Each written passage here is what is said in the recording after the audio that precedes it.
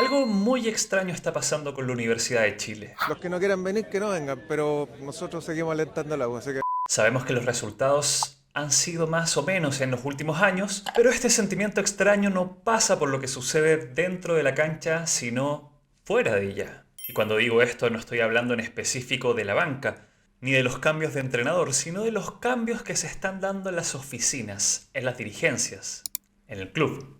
Cuando la U dejó atrás esta temporada, parecía que el equipo lograba cierta tranquilidad, en especial gracias a los 2 años de Gustavo Álvarez en la banca, que en cuanto a resultados no estuvo mal en comparación a los años anteriores. Sin embargo, mientras todo esto pasaba, las cosas se desordenaban en casa.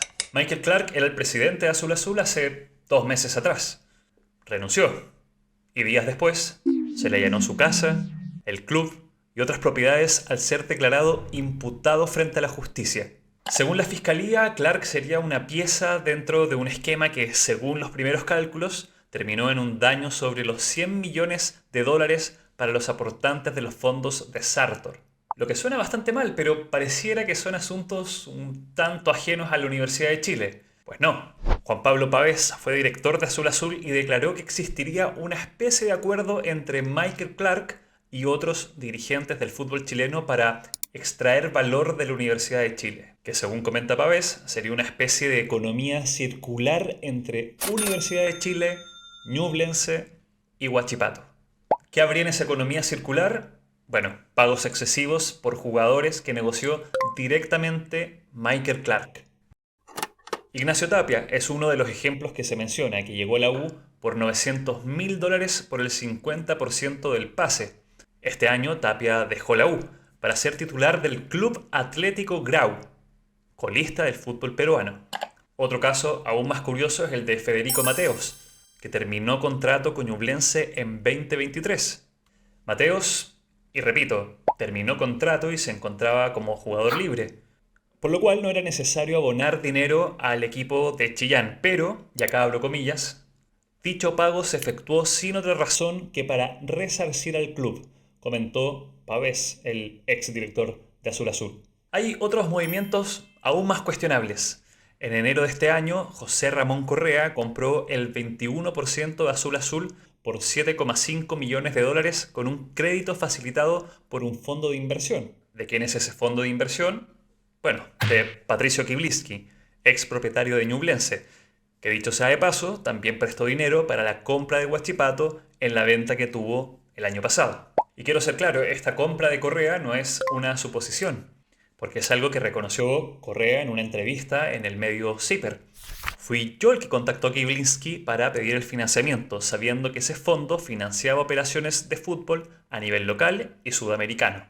Tras la salida de Clark, llegó a la presidencia Cecilia Pérez, que ya era directora del club desde el 2022.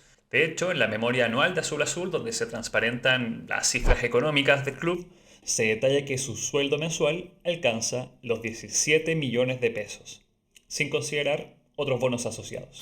En fin, Clark sigue teniendo el control de la U de forma indirecta con el 66% de las acciones del club, aunque pareciera que es una cuestión de tiempo para que la Fiscalía haga una formalización en el corto plazo, según quienes analizan este caso en los asuntos más de la justicia. Entonces, en una serie de eventos inesperados, Cecilia Pérez termina siendo la presidenta de Azul Azul de Universidad de Chile, con su respectivo directorio que, digamos, tiene un promedio de edad bastante alto. Y sobre ellos,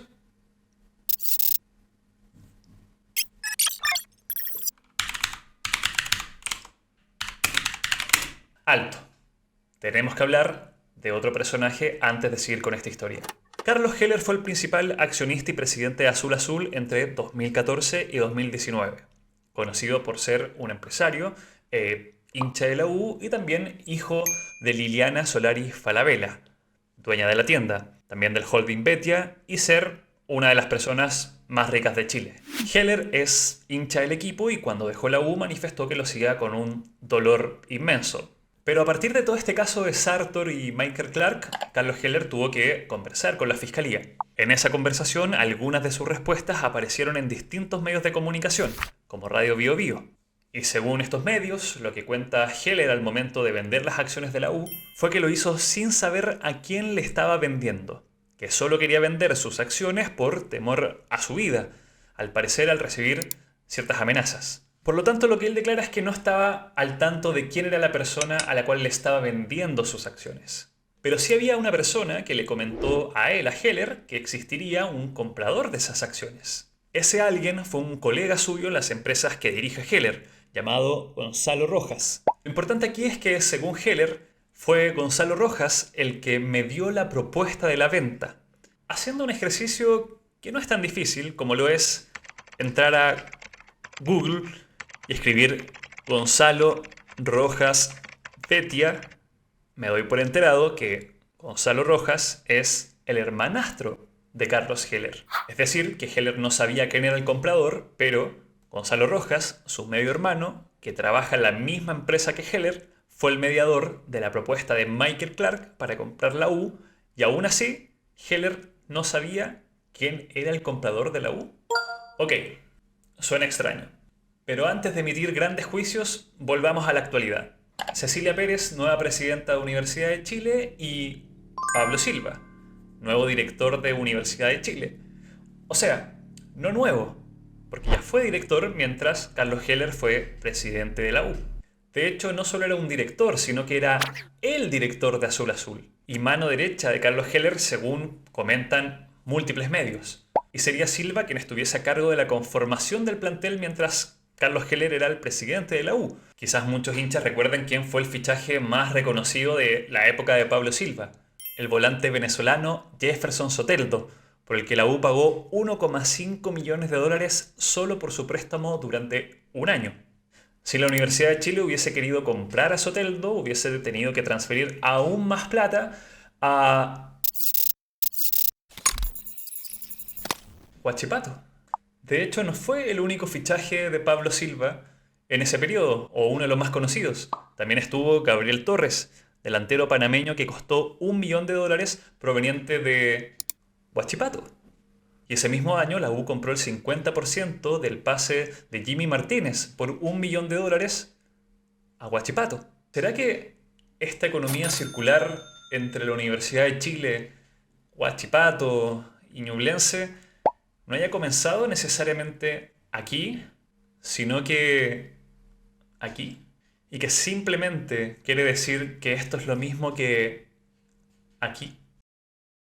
El juicio lo harán ustedes en este momento y la justicia se lo hará probablemente a Michael Clark por cómo se ven las cosas. Ah, bueno, y si alguien se estaba preguntando, cosa que no creo, pero ¿qué hizo Pablo Silva durante el intertanto entre la presidencia de Heller y Michael Clark? Trabajando en la NFP, con Pablo Milad. Y quizás se acuerden de esto.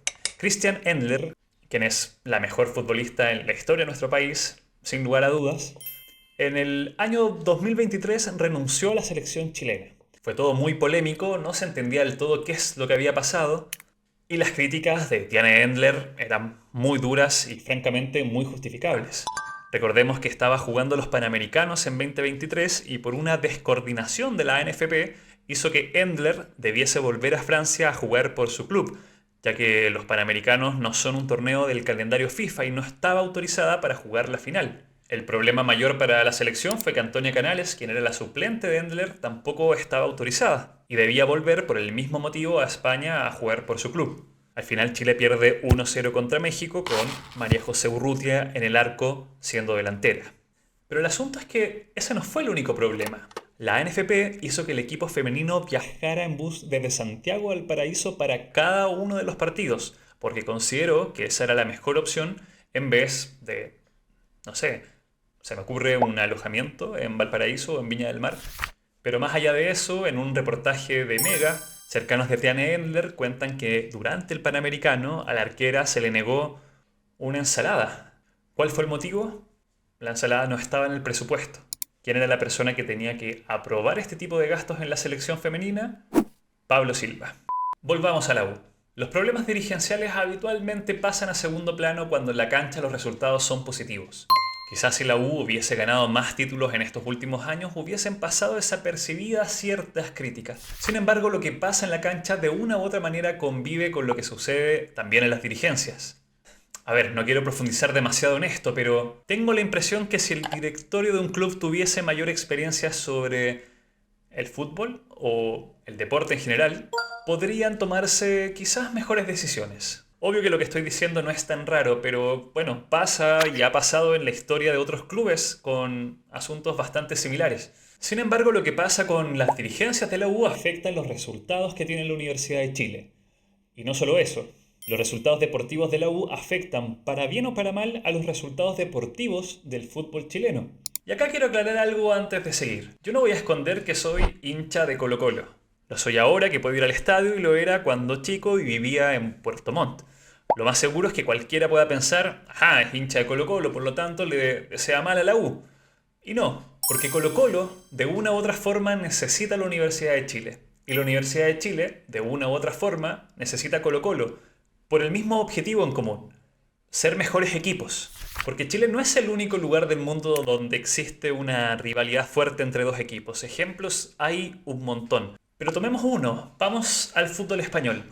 El Real Madrid se hizo tan fuerte en su momento que el Barcelona no tuvo otra opción que ser aún más fuerte para volver a competir con el Real, que luego siguió creciendo para ser más fuerte aún y seguir ganando para que después el Barcelona vuelva a crecer y ganar los títulos que está ganando en este momento.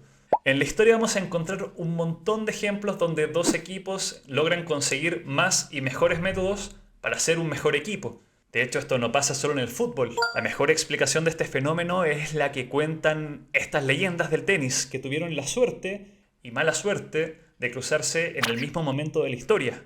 Según lo que comenta el mismísimo Roger Federer, por ejemplo, tener a Nadal y tener a Djokovic lo obligó a seguir exigiéndose y encontrar su mejor versión cada temporada en la que coincidieron.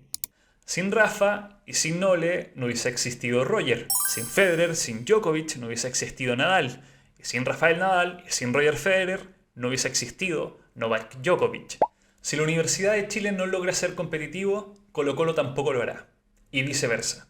O al menos no podrá ser todo lo fuerte que podría ser en ambos casos.